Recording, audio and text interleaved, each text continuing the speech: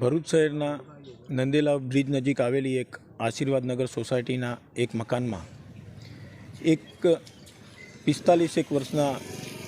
ઉંમરની આશરાના એક ઈસમની લાશ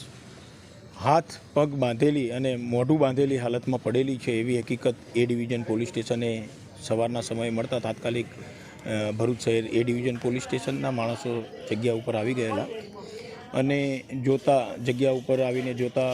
જણાયેલું કે તપાસ કરતાં જાણવા મળેલું કે આ જે મરણ ગયેલા છે ઈસમ એ પ્રકાશભાઈ માળી છે અને કેટરર્સના વ્યવસાય સાથે સંકળાયેલા છે. ઘરમાં જોતા ઘરના બધો સામાન વિખરાયેલી હાલતમાં હતો અને આ એમની જે લાશ હતી એમને હાથ પગ અને મોઢું કપડાથી બાંધેલી હાલતમાં હતું. પ્રથમ દ્રષ્ટિએ લૂંટ કરવાના ઈરાદે આનું મોત નિપજાવેલું હોવાની હકીકત જણાતા તાત્કાલિક ભરૂચ શહેરની LCB અને SOGની પોલીસ ટીમને પણ જાણ કરવામાં આવતા તમામ એજન્સી LCB અને SOGના પોલીસ અધિકારી આવી ગયેલા સ્થળ ઉપર અને સ્થાનિક પોલીસ સ્ટેશન અને પોલીસ દ્વારા તપાસ આજુબાજુમાં પૂછપરછ કરતાં જાણવા મળેલું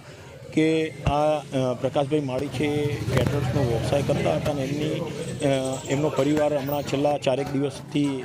રાજસ્થાન એમનું જે વતન છે સિહોરી જિલ્લામાં ગામ આવેલું છે ત્યાં તહેવારના અનુસંધાને ગયેલો હતો. એ દરમિયાન એમના સાથે 2 મજૂરો જે અહીંયા કામ કરતા હતા, એક એમનું નામ જાણવા મળેલું છે રાજુ નામનો ઈસમ હતો અને એક બીજો ઈસમ પણ કામ કરતો હતો, એનું નામ નથી જાણવા મળેલું. એ બાબતે તપાસ ચાલુ છે. તો આ ઈસમો ગઈકાલે એમના ઘરે આવેલા હતા અને ત્યારબાદ આ જે મરણ જનાર છે એમની ગાડી પણ ઇકો જે એમના ધંધાના વ્યવસાય માટે એ રાખતા હતા એ ગાડી પણ જોવામાં નથી આવતી. ઘરમાં CCTV કેમેરા લગાડેલા હતા તો એનું DVR પણ ગુમ થયેલું છે. તો આ એક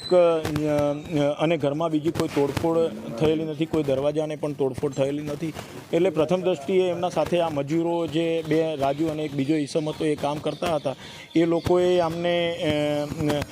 આમનું મૃત્યુ નિપજાવીને આમનું મોત નિપજાવીને એનું ઘરમાંથી સામાન જે પડેલો હતો એ ચોરી કરવાના કે લૂંટ કરવાના ઈરાદે આ કૃત્ય કરેલું હોય એવું હાલ પ્રથમ દ્રષ્ટિએ જણાતા તમામ પોલીસની સ્ટાફની LCB SOGની જુદી જુદી ટીમો બનાવી દરેક પાસાઓને આવરી લઈને આ બાબતની તપાસ હાથ ધરવામાં આવેલી છે. આ બાબતે એ ડિવિઝન પોલીસ સ્ટેશને ગુનો દાખલ કરવાની પણ કાર્યવાહી હાથ ધરીને આરોપીઓને શોધખોળ કરવા માટે તપાસ હાલ ચાલુ કરવામાં આવેલી.